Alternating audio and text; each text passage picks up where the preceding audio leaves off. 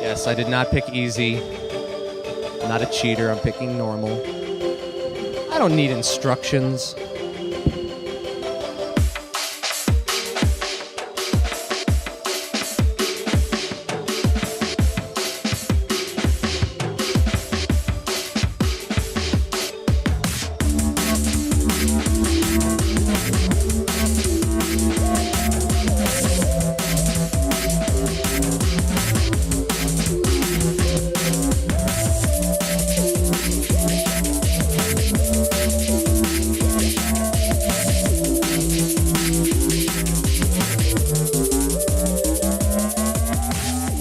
We are here at the UTV Ignition booth, here with El Shaddai, and I am with... Shane Bettenhausen of UTV Ignition Games.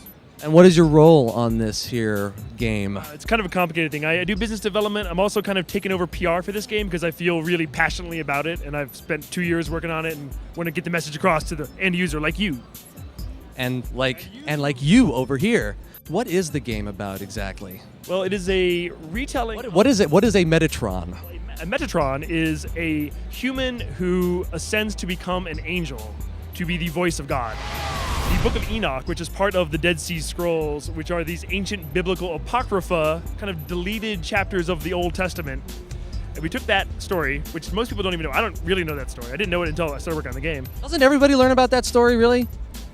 Not really. Maybe not. But you've heard of Dead Sea Scrolls, right? Yes, I've heard of them, yeah. So we took that story that most people don't know about and gave it to a guy in Japan named Sawaki Takayasu. He was the art director for Okami. He also worked on Devil May Cry. And we were big fans of those games, especially Okami.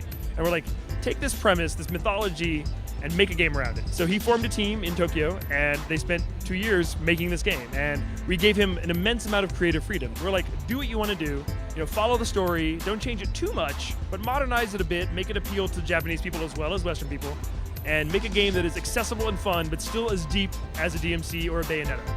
And that's what we got here. Wow, simple, right? So, at the beginning of this game, God had sent 7 angels down to watch over the earth, but those angels kind of got mad with power and started to fall in love with humanity to the point where they start doing it with humanity. And when an angel and a human have a child, it's this thing called a Nephilim. And it's this big blobby monster thing. And these monsters are going to take over the world because they keep multiplying. So God is like, this is not what I intended. I'm going to send a great flood down to reset the earth. Noah's Ark, all that stuff. But instead, Lucifer, who is still an angel at this point, he's called Lucifer. He says, wait a minute, God, we have this dude Enoch working in the back room here in heaven. Let's send him down to earth because he's special and no one will expect him to come. And he's actually from the Bible. He's in Genesis. In the book of Genesis, he's such like a good guy that he gets invited to go work in heaven and never dies. We'll send him down to bring those angels back to justice instead of destroying all of humanity. So at the beginning of the game, you get sent down as Enoch with no weapons down to earth to go find these angels, to find the Tower of Babel and bring them back to justice.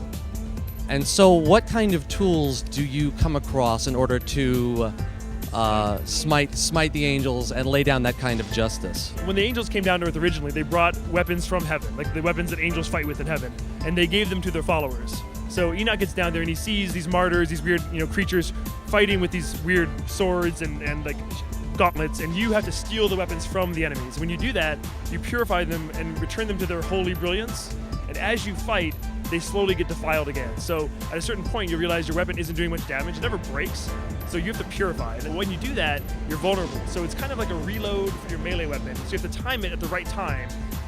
And later on in the game, it becomes a real risk-reward thing on a boss. So there's only like one opening to purify on. And also the different weapons have different purification times, and you can only carry one weapon at a time.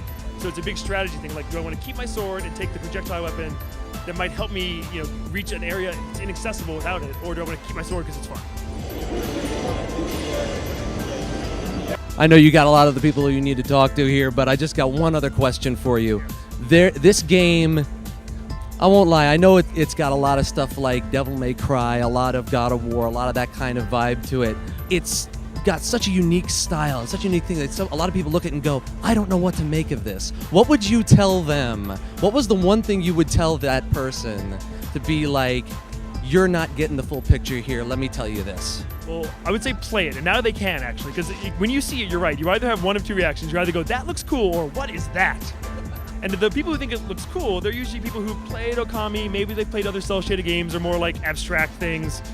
And usually if you're like the dude, bro, who only plays Call of Duty and, you know, like Madden and Gran Turismo, you look at this, you're like, what is that? But I think even that dude, if he gets his hands on it and gives it a chance, I think he'll like it.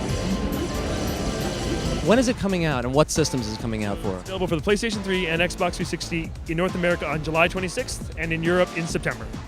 And we're hoping we're going to get to play more of that game. And I want to thank Shane for talking to us here on the show, GameCrashers.net. We're going to tell you more about this game as it happens. Stay with us here at E3 2011.